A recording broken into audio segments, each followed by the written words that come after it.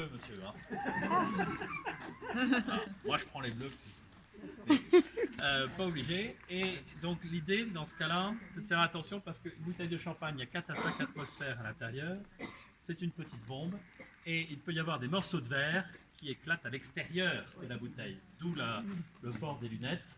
Et le fait aussi que je vous demande vraiment impérieusement de vous poser dans cette partie pour ne pas prendre de risques.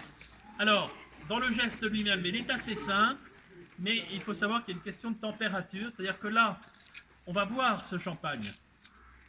Donc il faut qu'il reste frais. Et plus la bouteille est fraîche, plus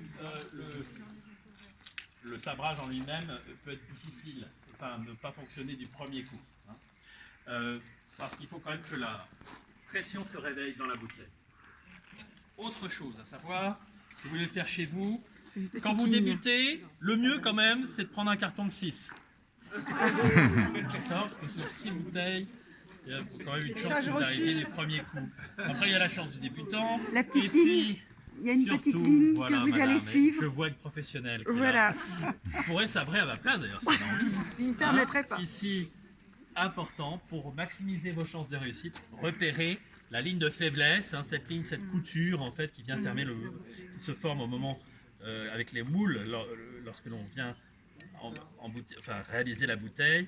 Il y a une ligne de faiblesse et c'est le long de cette ligne, une fois qu'on l'a repérée, c'est plus facile, que l'on va venir frapper le col pour par choc briser avec la pression le col, le sommet du col. Alors je vous montre rapidement, vous puissiez voir la ligne ici, on la sent entre mes deux pouces là, vous voyez, elle se poursuit. Alors aussi, moi je vous recommande, si vous voulez le faire chez vous, beaucoup fait monsieur, bien sûr. Ah mais oui, c'est ça, bien sûr. Alors moi je le fais exprès avec ce sabre-là. On ne touche pas la bouteille, oui bien sûr. Mais moi ici, il s'agit de reprendre le geste historique avec les soldats. C'est pour ça que je prends le sabre. Je fais l'armée de l'air au poignard. On peut le faire au poignard aussi. Oui. Monsieur, d'ailleurs, tout seigneur, tout honneur, vous pouvez. Mais vous n'avez pas avec vous votre sabre, votre modèle 22. Alors, il faudra revenir. Parce que ça doit être magnifique. Voilà. Ici. Mais en effet, on peut sabrer également avec un couteau et plein d'autres choses. L'idée, c'est de bien repérer cette ligne et la bonne température sur toutes les bouteilles, oui. Oui. Ici. Ici, entre les deux pouces. Ah oui, d'accord. Ici, vous la voyez ? C'est la fabrication. C'est la fabrication. Je n'ai jamais vu de morceau de verre, c'est juste ce qui a accroché au feu, c'est tout. Il n'y a jamais rien. J'ai pas de sabre chez moi. Pas encore. Pas encore. Et puis, je crois que j'ai des... Pendant Pour tout plus le de temps, sûreté, vous pouvez prendre aussi du Prosecco ou du cidre, ça fonctionne pareil. Voilà. Et puis vous êtes sûr de ne pas gâcher le champagne. Non, moi je vais prendre le risque, mais... Allez, vous vous déplacez encore un petit peu, s'il vous plaît. Il doit être aiguisé, c'est ça. C'est pas nécessaire, mais vous voyez, ici je l'ai customisé un petit peu. Faut viser la flèche du premier. Voilà. Attention par ici. Ça part à 40 km/h quand même. Voilà. Attention.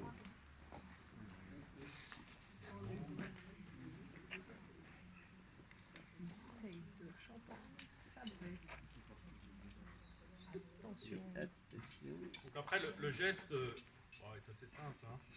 Comme ceci. Et on donne un coup sec. Et en même temps on ne s'arrête pas, un peu comme au golf. Voilà, vous voyez.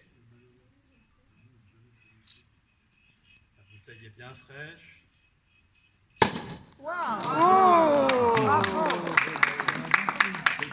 Magnifique. Je n'arrive pas vraiment les applaudissements. Mais Bravo.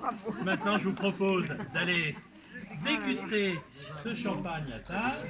C'est un champagne donc élaboré par la maison Alain Navarre. Maison que je vous recommande parce que ça fait partie des maisons qui travaillent sur des vignes qui autrefois, il y a bien longtemps, appartenaient au domaine. Et Alain Navarre, alors je travaille aussi avec Michel Hazard, avec d'autres vignerons, mais Alain Navarre, je l'aime particulièrement. Et j'ai choisi pour vous aujourd'hui parce que je l'appelle le champagne des stars. Imaginez-vous qu'il a vendu ce champagne pour le mariage de Georges Clooney. Et je ne savais même pas quand je l'ai sélectionné. Ah bon? Donc c'est un champagne que j'espère vous apprécierez, mais c'est un champagne de petits vignerons. Voilà. Alors, c'est très bien aujourd'hui parce que je sais que vous allez au château de Boursault tout à l'heure. Vous allez déguster un champagne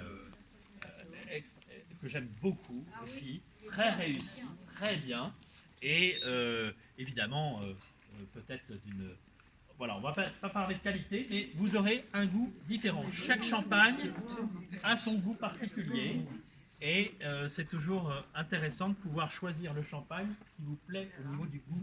Et donc, ce que je vous recommande, quand il ne s'agit pas de grandes maisons comme Moët & Chandon, etc., ce que je vous recommande, c'est de déguster le vin avant de l'acheter. Toujours. Si au moment de la dégustation, il vous plaît, vérifiez que vous achetez bien la cuvée que vous avez dégustée. Parce qu'entre différentes cuvées, surtout chez les petits vignerons, comme Alain, il peut y avoir des variations dans le temps et des goûts. Toujours une bonne qualité. La qualité, toujours, maintenant tout le monde sait. Les bons vignerons savent faire un bon champagne, mais évidemment, le goût peut changer d'une année sur l'autre, ce qui n'est pas le cas des grandes maisons. Évidemment, si vous